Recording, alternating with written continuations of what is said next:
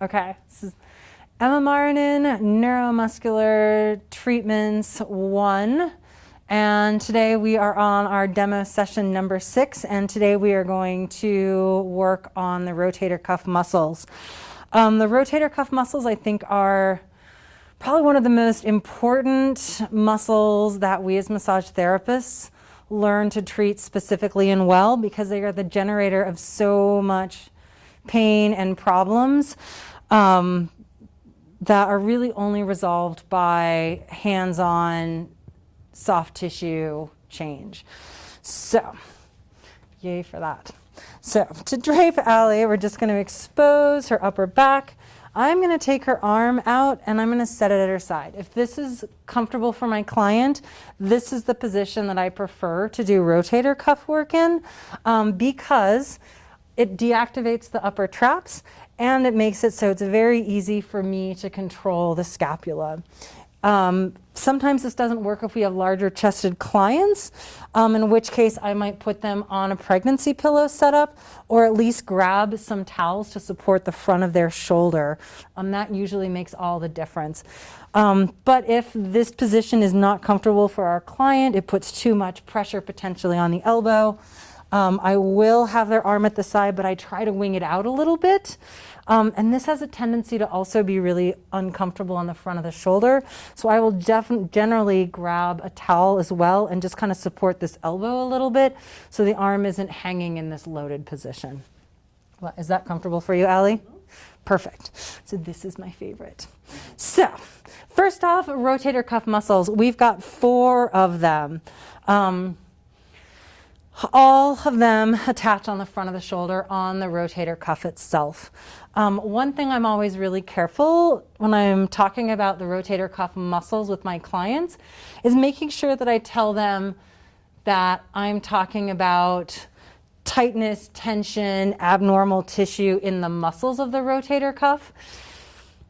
Colloquialism, when people hear rotator cuff injury, they're thinking an actual tear to the cartilaginous ligament attachment at the front of the shoulder, and that is a very gnarly injury, a very involved surgery, and generally a 6 to 9 month surgical recovery. So most people know somebody in their life who's gone through rotator cuff surgery, and they know what a disaster that is.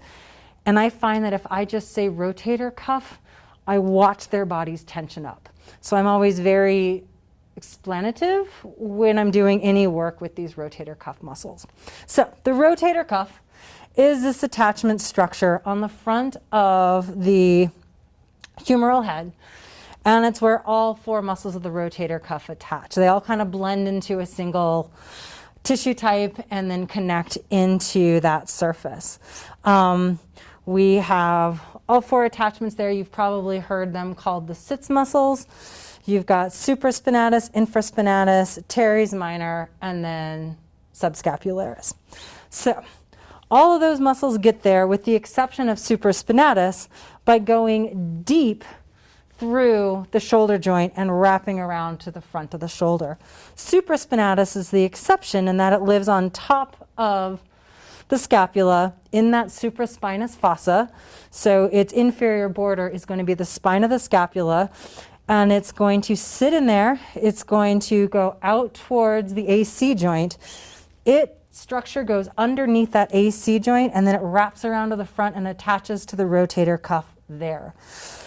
Oftentimes, if you have a client that's had any sort of injury to this AC joint, which is very common with any sort of fall, blunt trauma to the shoulder, when that joint gets inflamed, because the supraspinatus passes underneath that joint in this very tiny little tunnel, it's really susceptible to getting a lot of pressure at that spot and making this muscle really dysfunctional.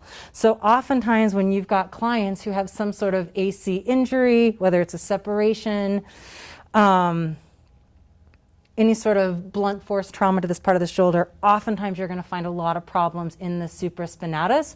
And the more healthy we can get the supraspinatus, it's just going to make it so there's less irritation going on at that acromioclavicular joint, and it just helps the system heal faster.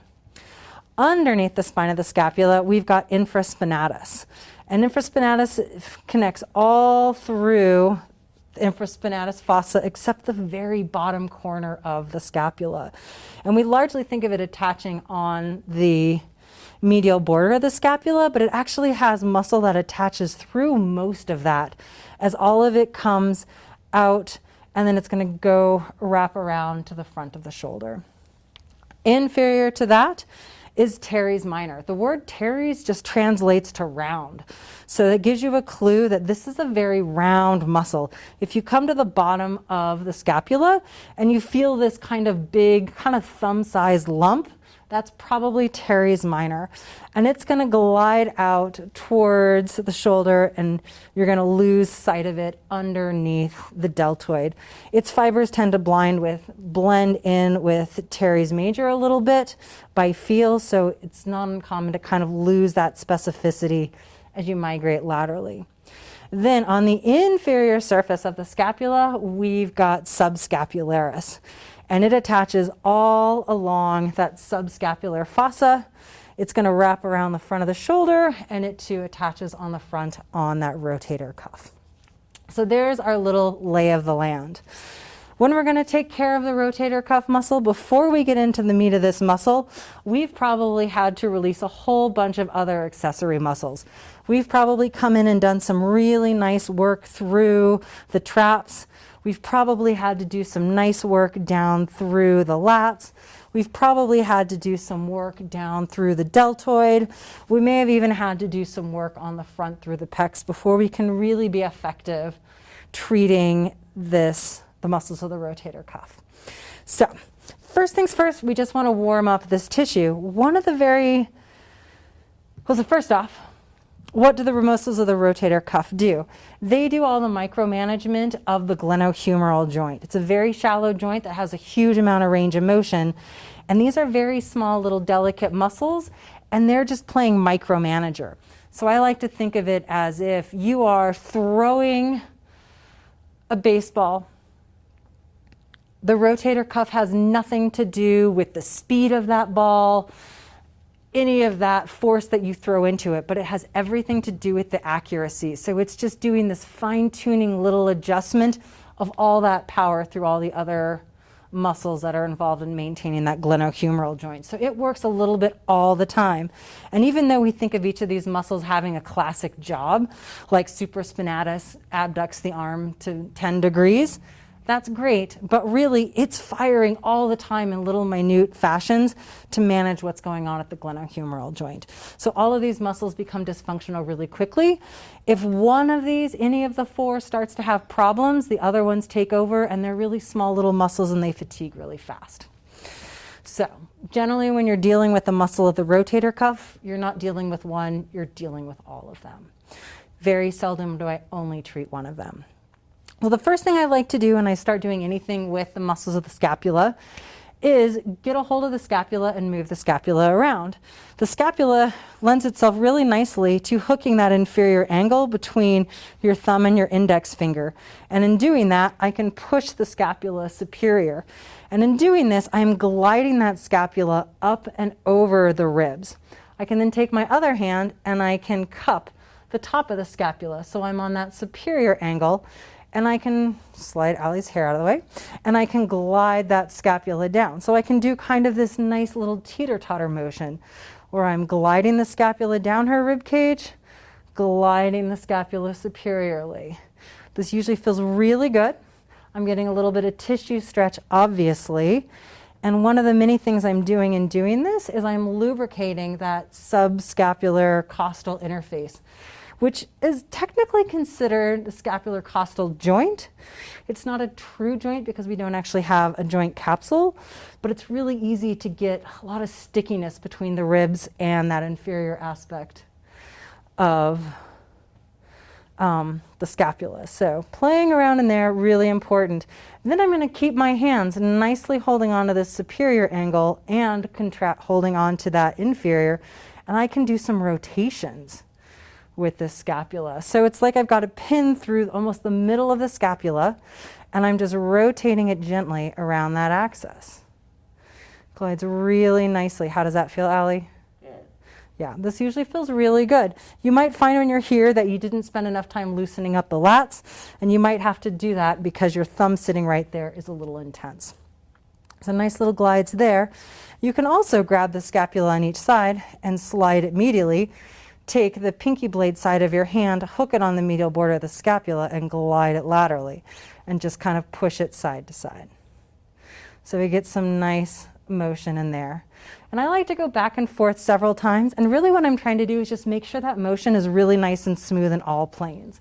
And in doing that, I've warmed up the actual rotator cuff complex itself. I've moved this glenohumeral joint, and I've moved the scapula around, plus just purely by the scapula pressing the subscapularis onto the rib cage. I've even done some initial warming of that tissue. So I feel pretty good about all that work.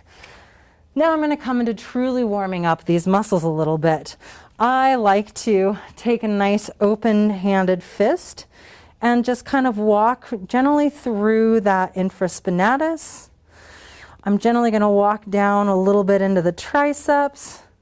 I'm going to walk into a little bit of the deltoids. I'm going to come back, maybe migrating a little bit into that second and third head of trap. And come down. I might grab my fingers and hook them into supraspinatus and give a little bit of a pull down that way.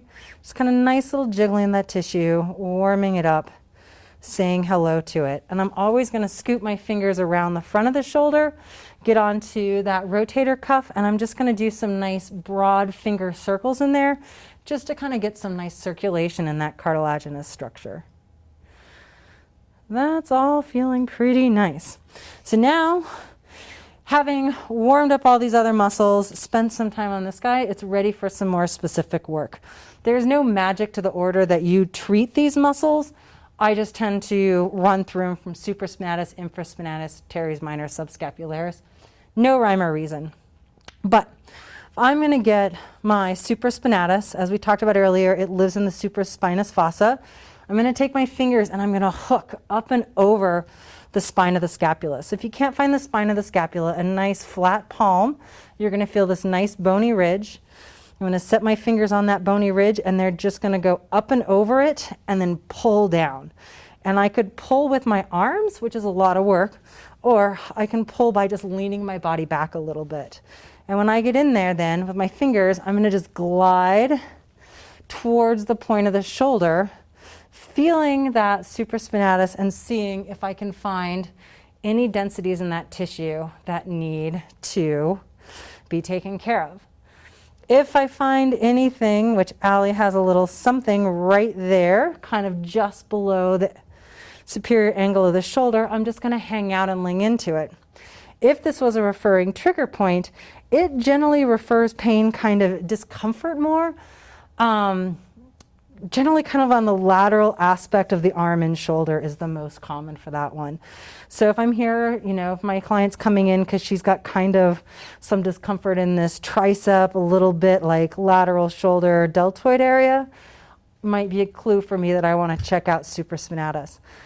When that tissue lets go, I'm going to kind of like circle out of it and then continue my little scrubbing, moving down it to see if I find anything else. Typically, if you're going to have densities in this tissue, it's typically at either end of the muscle belly. Seldom do you actually find them in the middle.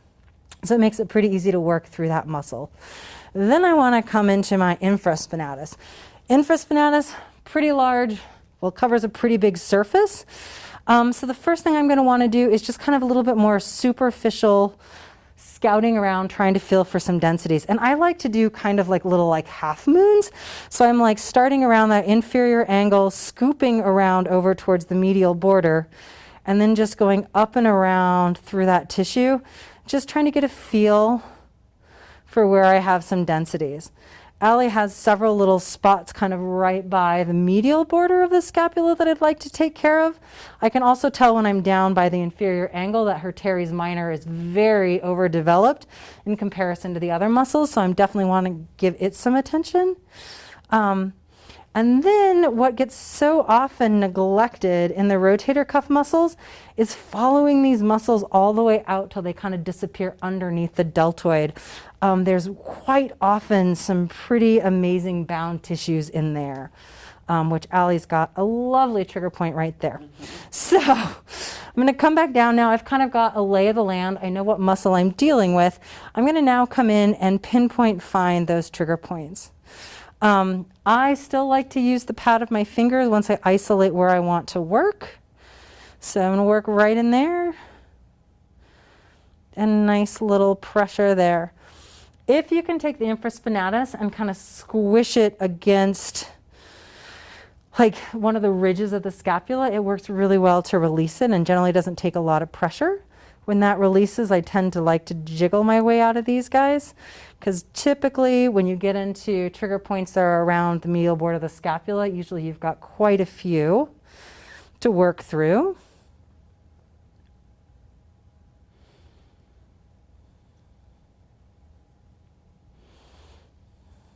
Oh, and Allie's got quite the little spot there. How does that feel, Allie? It's all right. Are you feeling that refer discomfort anywhere? I am not. Good. So infraspinatus is a really interesting muscle in that its referral pain pattern basically mimics bicep tendonitis. I have worked with countless people who have been treated for bicep tendonitis and it just is not improving, not improving, not improving. And they come and see me as a last-ditch effort. And I get in and find some trigger points in their infraspinatus and they're like, oh yeah, holy cow, that's exactly the thing that I'm feeling in my bicep tendon. And they're like, all right, well, let's see if we can manage this and get this muscle to lengthen out and be a little bit more normal and see if it'll help your bicep tendonitis go away. Because I'm certainly not going to tell them they don't have bicep tendonitis, especially when it's diagnosed. We do not diagnose.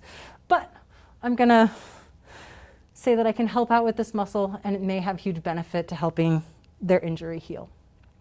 But big one, big one. And so taking care of those ones at the medial border, when I come more into the middle zone in the muscle belly of infraspinatus, usually the densities in that tissue are pretty big. And I could spend forever with my thumbs or with my fingers working through these, but it's pretty inefficient and it's actually probably going to be kind of torturous for Allie. So I'm instead going to switch my stance. I like to use my knuckles and kind of screw my arm into that density of the tissue and then just hang out. And if I'm not totally sure I'm on the spot, I can kind of add a little bit more rotational load into that, see if I can glide through another spot. I might come out and reposition a little bit. Ooh, there we go. Yep.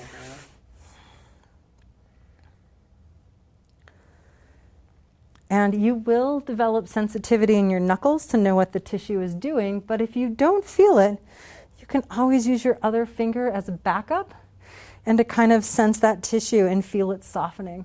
More than anything, which is what just happened with Allie's tissue, is it just all of a sudden I just sunk in a little bit more and I'm like, ah, sweet, that tissue just let go for me. I'm going to get out more towards the section of infraspinatus as it approaches the deltoid. And again, I'm going to just slide my knuckles into that tissue and slide in there. For me, I'm finding myself coming really forward to get an angle on this, which isn't great biomechanics for me.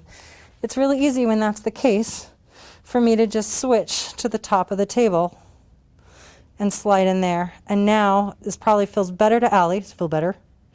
Yeah, and it's way better biomechanics for me. So don't be stuck in one position. You can always move around. If you're like, oh, it's going to be awkward, leave a hand where the tissue is that you're working. It's like a placeholder. Spin yourself around and then come back and reposition in it.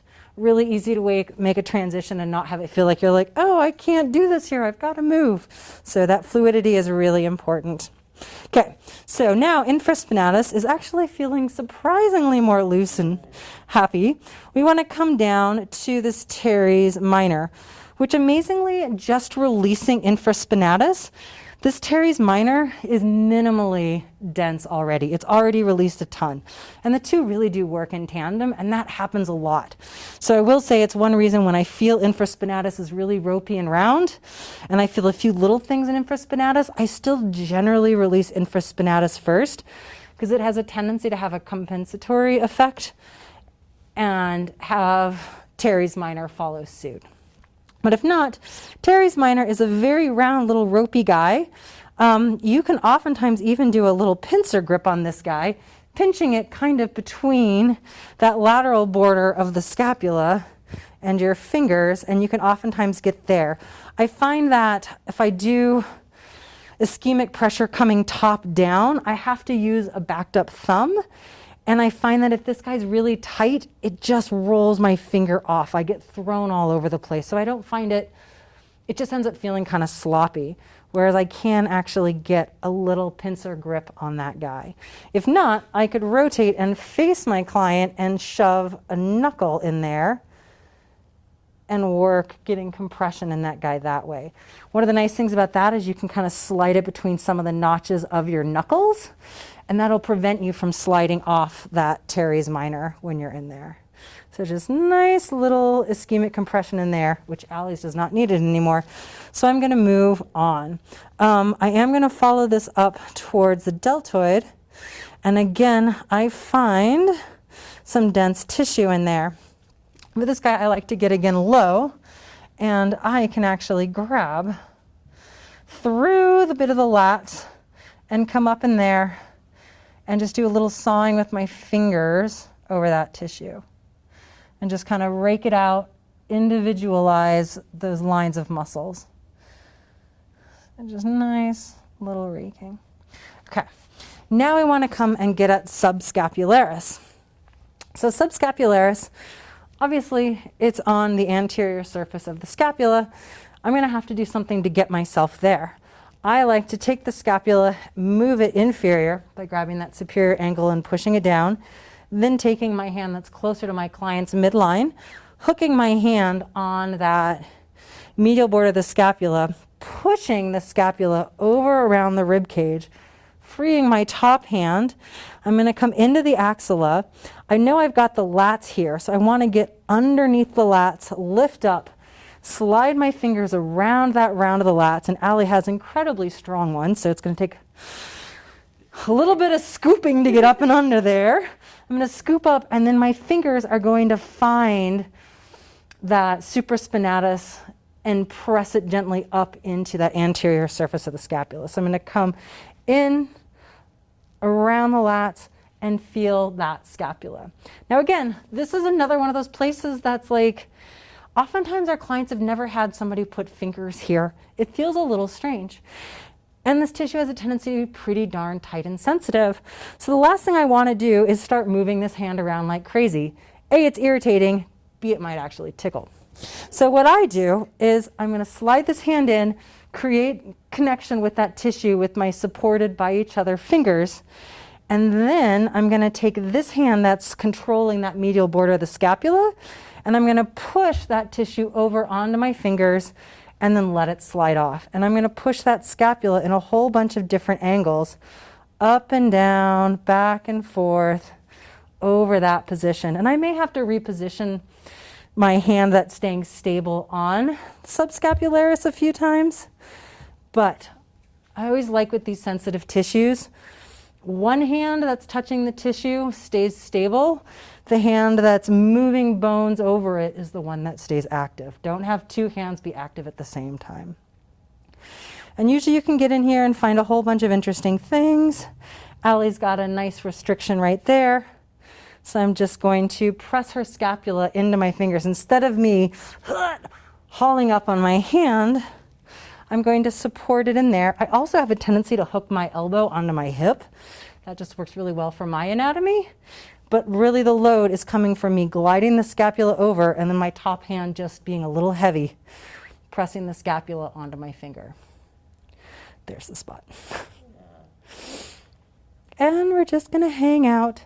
Subscapularis refers pain all deep into the shoulder joint, and when it's dysfunctional, it's one of the major culprits for frozen shoulder, and that's where you get that capsulitis and your client starts to really rapidly lose range of motion in the shoulder.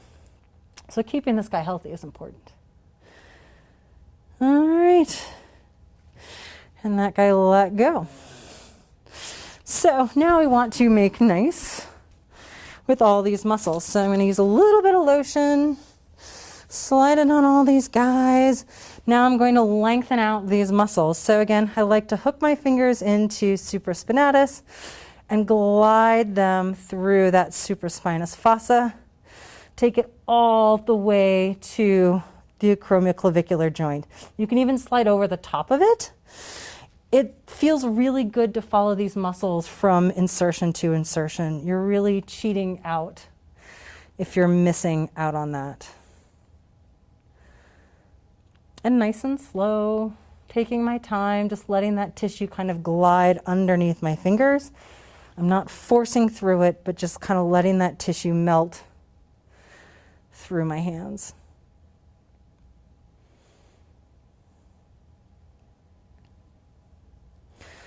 So again, I always kind of like doing things in threes, unless of course I was like, oh, I need to do a little bit more work in there. Then I'm going to come to infraspinatus. You can go through infraspinatus with your fingers. Again, I don't find it super effective. I typically always spin around, slide my knuckles in, and then downward pressure, a nice gliding force, taking that out all the way till I hit the deltoid. A lot of times we want to stop before we get all the way out. I mean, there's no harm in spinning out along that deltoid a little bit. And when I do that, I'm kind of using my knuckles to get into some of the little intricacies, segments of infraspinatus as I go.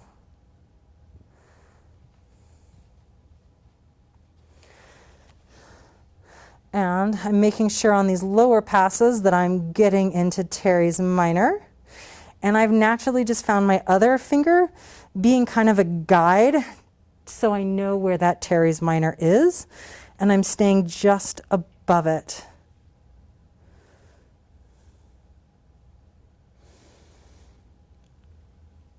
I'm going to do one more pass. I'm going to use my knuckles and I'm going to get all along this lateral border of the scapula. And in that motion, I'm really isolating that Teres Minor.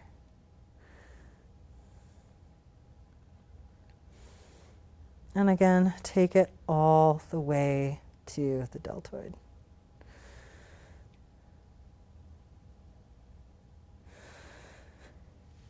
All right, now we've got to go back for that subscapularis. Same thing, I'm gonna kind of grab, hook my scapula, move it laterally, slide my fingers in. Now I'm gonna hold the scapula in place and very gently, I'm going to follow the length of the supraspinatus. So I'm releasing my pressure as I'm moving back towards the medial border of the scapula, adding pressure and then pressuring up towards the anterior shoulder. And I'm just going to do a few passes in there.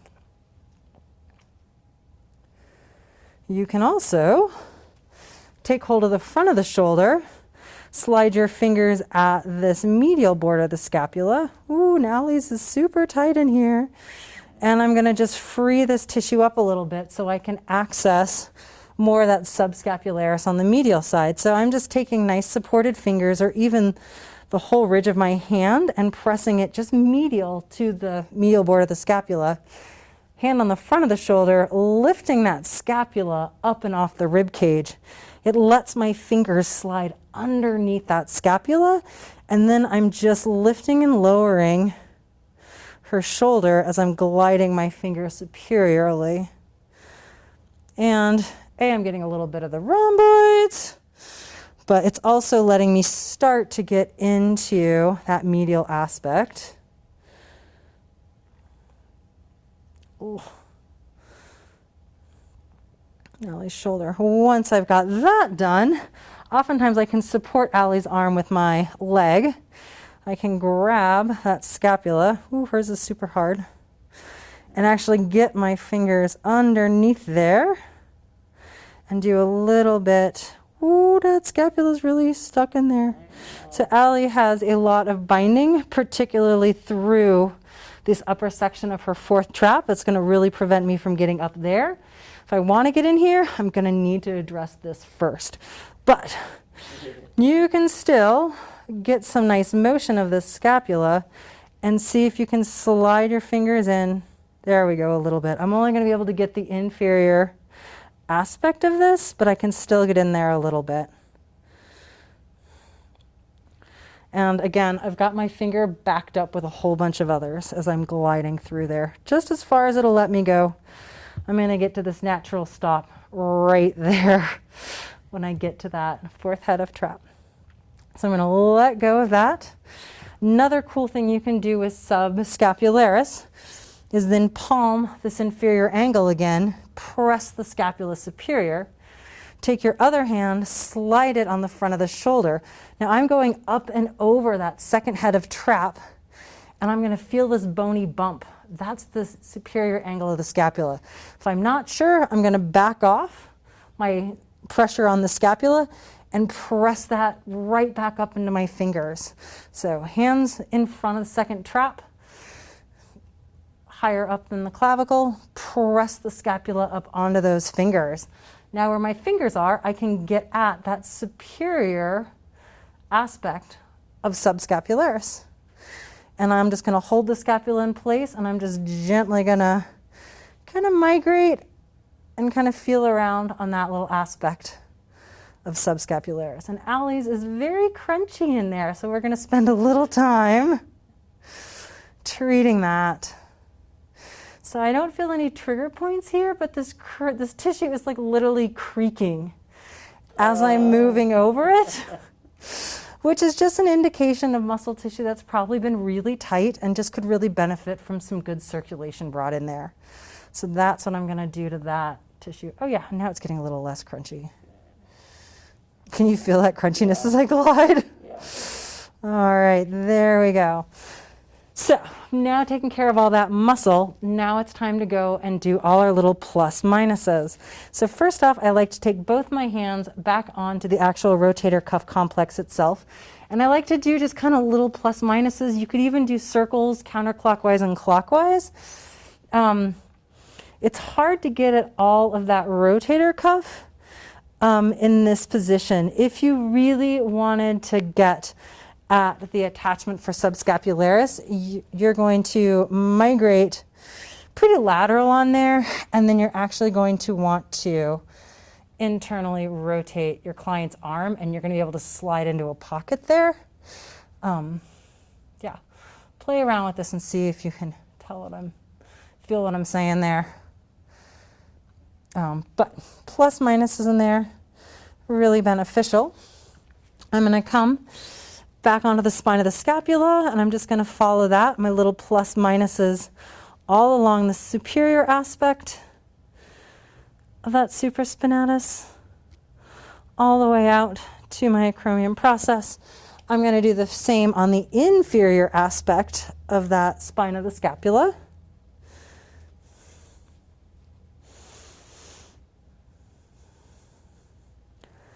Little plus minuses. Then I'm going to come onto this medial border of the scapula. I find a backup thumb works the best for me, but try other tools. I just like a backed up thumb because I find that this tissue has a tendency to try to jump out of my way, and I feel like I can kind of trap it best. All the way up till I get to that spine of the scapula. We've got a little bit of attachment all the way around that inferior angle of the scapula. So I'm going to make sure I treat that.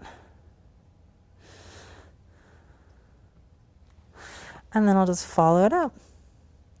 And I'll generally just usually do a little nice, make nice with the rotator cuff. And then at that point, I'll add in any other treatments I want to do for this rotator cuff. Thank you, Allie.